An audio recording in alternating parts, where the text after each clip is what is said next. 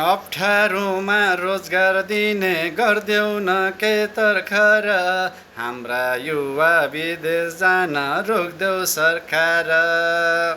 प्रत्येक घरका एक दुईजना विदेशतिर गएका छन् घर र गाउँमा कोही नि छैनन् रित्तै फाका छन्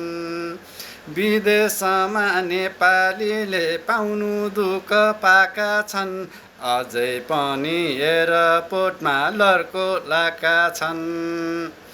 देशमा कुनै रोजगार छैन यही देशमा बस्नलाई बाध्य भाछन् कठैबर परदेश पस्नलाई हाम्रा युवा पेट पाल्नलाई विदेशतिर गएका छन् देश बनाउँछौँ भन्नेहरू धनी भएका छन्